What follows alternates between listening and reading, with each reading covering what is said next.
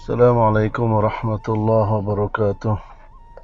Brother and sister yang dimuliakan Allah Subhanahu wa taala. Kali ini saya sedang berada di salah satu masjid di wilayah Jabodetabek.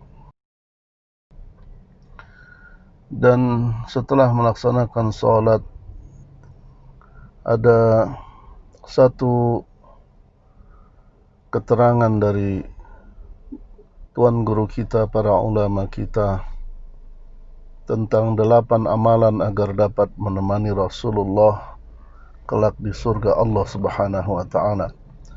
Yang pertama adalah mutaba'ah atau mengikuti dan taat kepada Rasulullah sallallahu alaihi wasallam. Karena Allah Subhanahu wa taala ada berfirman dalam Quran surat An-Nisa ayat 69. Wa may yuti'illaha wa rasulahu fa ulaika ma'al ladzina an'ama Allahu 'alaihim minan nabiyyin wasiddiqin wasyuhada'i wassalihin wa hasuna ulaika rafiqa. Yang artinya, dan barang siapa yang mentaati Allah dan Rasulnya, mereka itu akan bersama-sama dengan orang-orang yang dianugerahi nikmat oleh Allah, yaitu dari para nabi, para siddiqin, orang-orang yang mati syahid, dan orang-orang yang soleh, dan mereka itulah teman yang sebaik-baiknya. Adapun disebutkan dalam kitab Al-Mu'jam Al-Kabir milik Imam At-Tabrani dari Ibnu Abbas radhiyallahu anhuma, ada seseorang datang kepada Nabi SAW dan berkata, "Wahai Rasulullah, sungguh aku mencintaimu sehingga aku ingin menyampaikan kepadamu. Jika aku datang dan tidak melihatmu, maka aku merasa nyawaku telah keluar. Aku juga sampaikan, kalaulah aku masuk surga dan berada di bawah tempatmu, maka hal itu sangat menyedihkan buatku. Aku ingin satu tingkat bersama dirimu ya Rasulullah." Maka Rasulullah SAW tidak menjawab sedikit pun sehingga Allah Azza wa Jalla menurunkan ayat yang tadi kita bacakan. Kemudian Rasulullah SAW memanggilnya dan membacakan ayat tersebut kepadanya. Kemudian yang kedua, kita harus mencintai Nabi SAW. Disebutkan dalam kitab Sahihain dari Anas bin Malik radhiyallahu anhu, beliau berkata, ada seseorang bertanya kepada Rasulullah SAW tentang hari kiamat, dan ia berkata, kapankah hari kiamat tiba? Beliau SAW menjawab, apa yang kau persiapkan untuk menghadapinya? Sahabat itu pun menjawab, tidak ada melainkan saya mencintai Allah dan Rasulnya. Maka Rasulullah SAW bersabda, engkau akan bersama dengan orang yang engkau cintai. Sayyidina Anas bin Malik radhiyallahu anhu berkata, kami tidak pernah merasa gembira seperti kegembiraan kami dengan ucapan Rasulullah SAW tadi yang menyebutkan, anta ma'aman ahbabta, engkau akan bersama dengan orang yang engkau cintai di akhirat kelak. Kemudian Sayyidina Anas radhiyallahu anhu berkata, sungguh saya mencintai Nabi SAW, Sayyidina Abu Bakar radhiyallahu an dan Sayyidina Umar radhiyallahu an, dan berharap agar saya bisa bersama mereka di akhirat kelak disebabkan cintaku terhadap mereka, walaupun saya tidak beramal seperti amalan mereka. Ini dicatat dalam hadis riwayat Imam Bukhari.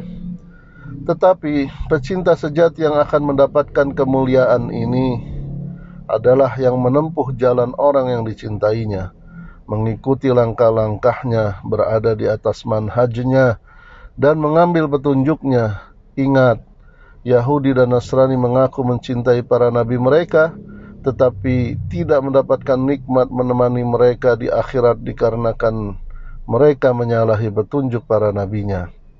Kita lihat Abu Talib sangat mencintai keponakannya yaitu Rasulullah, namun tidak bisa membersamai Rasulullah di akhirat karena ia tidak mengikuti Nabi SAW dalam keimanan dan petunjuk. Siapa yang ingin bersama orang yang dicintainya, maka ia harus menempuh jalan orang yang dicintai tersebut. Ingatlah, Yahudi dan Nasrani mengaku mencintai para nabi mereka, tetapi mereka tidak mendapatkan nikmat menemani para nabinya karena menyalahi petunjuk para nabinya. Kemudian amalan yang berikutnya yang dapat menemani Rasulullah di surga kelak adalah memperbanyak salat sunnah. Disebutkan dalam Sahih Muslim, Rabi'ah bin Ka'ab al-Aslami radhiyallahu anhu bercerita bahwa dia pernah bermalam bersama Rasulullah SAW. Kemudian ia menyiapkan air wudhu dan keperluan beliau. Beliau SAW lalu bersabda kepada Rabi'ah, "Mintalah sesuatu kepadaku, wahai Rabi'ah." Saya berkata, "Saya meminta agar engkau bersamaku di dalam surga Allah." Nabi SAW menjawab, "Adakah permintaan selain itu?"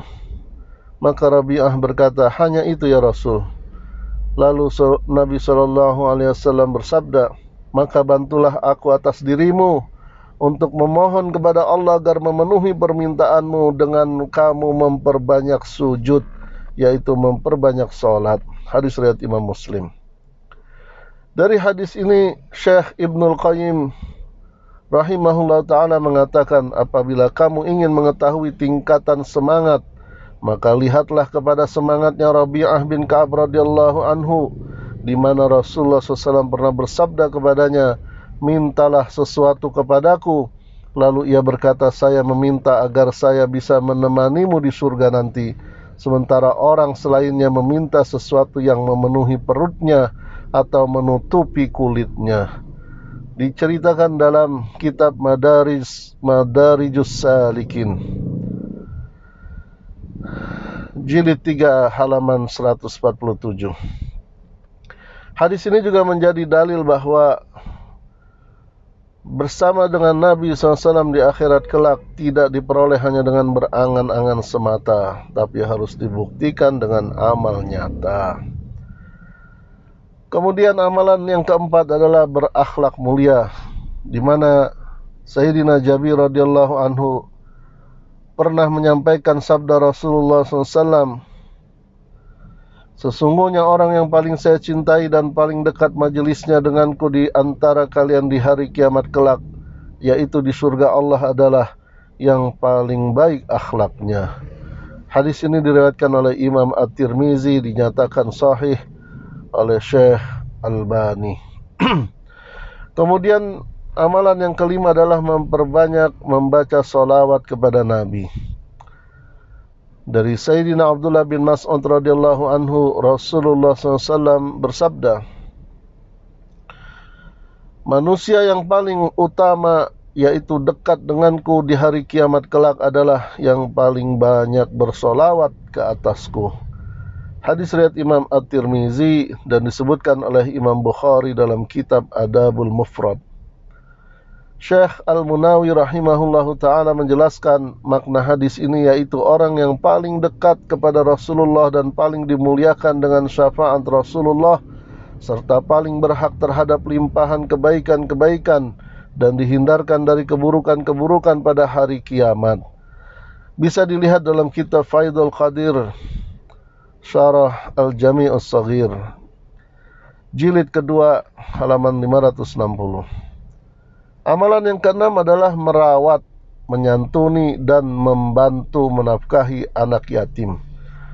Sebagaimana kita tahu, brother and sister, berbuat baik kepada anak-anak yatim termasuk sebab keberuntungan di akhirat dengan mendapatkan surga yang tertinggi. Bahkan diriwayatkan dari Sayyidina Sahal bin Sa'ad radhiyallahu anhu, ia pernah berkata bahwa Rasulullah SAW pernah bersabda, "Ana wa kafilul yatim fil jannah hakaza." Saya dan orang yang merawat anak yatim di surga kelak seperti ini, yaitu Nabi mengisyaratkan jari tengah dan telunjuknya lalu merenggangkan keduanya. Hadis riwayat muttafaqun alaih.